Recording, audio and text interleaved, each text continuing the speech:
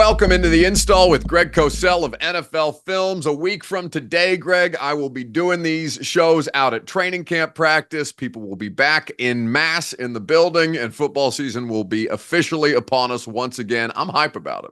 Oh my God. I just can't believe it. I feel like, I feel like it just ended, or I was just at the combine. I mean, it's crazy how fast it goes, but hey, that's what they say about everything as you get older.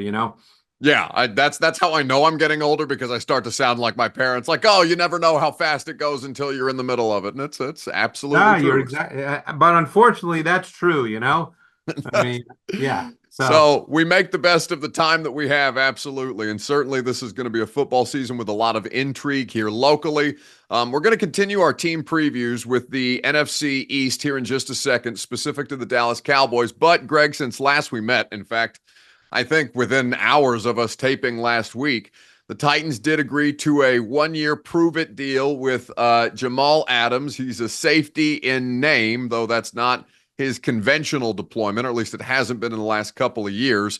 The expectations for him are situational at best, but I just kind of wanted to get your perspective on the player, given that the injuries have clearly impacted him, and last year was a really rough go for him in that Seahawks defense, and route to ultimately getting benched. yeah, and I think when you watch his tape, particularly the past couple of years, and I've spoken to people about him as well. I think he's clearly reached the point in his career where he's at best a situational player. I mean, you just led in by saying a prove-it deal. No one was going to sign him for a 2 or 3 year deal at a lot of money because he's not at that point. And by the way, everything I'm going to say, so people understand, is not going to be a take or an opinion. It's based on tape study. At this point in his career, he's not a true safety, because the concern with him is he can't do all the things that are required of a safety in a defense, in a modern NFL defense, because he really can't play on the back end, and he really can't match up man to man on tight ends. So what is he? He's, to me, based on tape, and I don't know what Denard Wilson is going to do as far as his sub defenses, whether he's going to play nickel or he's going to play dime.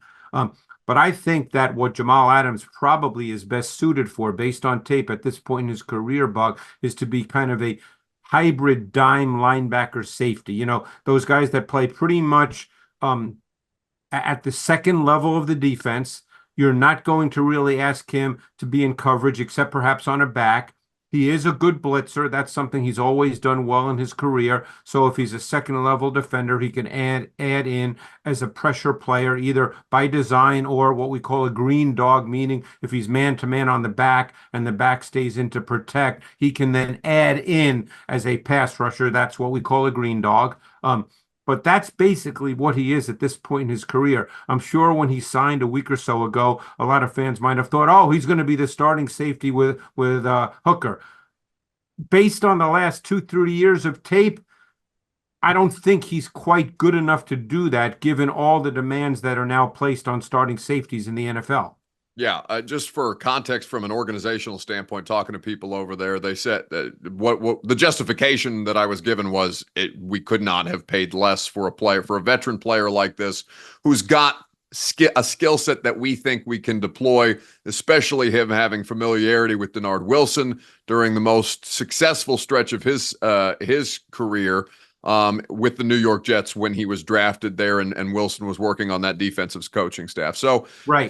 for the money that it cost them, and him being in the building and clearing the physical, which is important to note given the injuries that he's sustained over the last basically 3 seasons, kind of a medium reward to low risk type of deal for the Sure. Titans And defense. and look, I do want to add that maybe he was so injured over these last couple of years that he couldn't perform. Maybe he comes in and plays better than he has. That's always possible. We've seen that happen. I can only go by what the tape has shown and by what Seattle thought of him, clearly, Yeah. by how they deployed him and how they didn't deploy him. That's the thing. Coaches tell you how they feel about players by how they deploy them. Um, I've said that for years and years about quarterbacks, but it's true of many positions that the coaches tell you what they think of their players by how they deploy them within the context of their offense or defense. And clearly, Adams was not viewed as a starting player by the Seahawks. And at times they did play him as a starter, probably because they paid so much for him, Yeah. and maybe they felt they were trying to justify it. But as time went on, it just was evident that, given where he was, that wasn't what his role could be. So it'll be interesting to see how this plays out.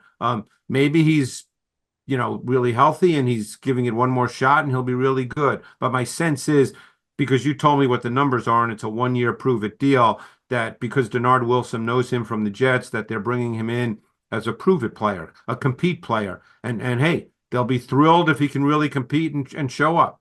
Absolutely. That is at this point for a team like the Titans, it's kind of all gravy that way, trying to add as much depth in a couple of critical spots.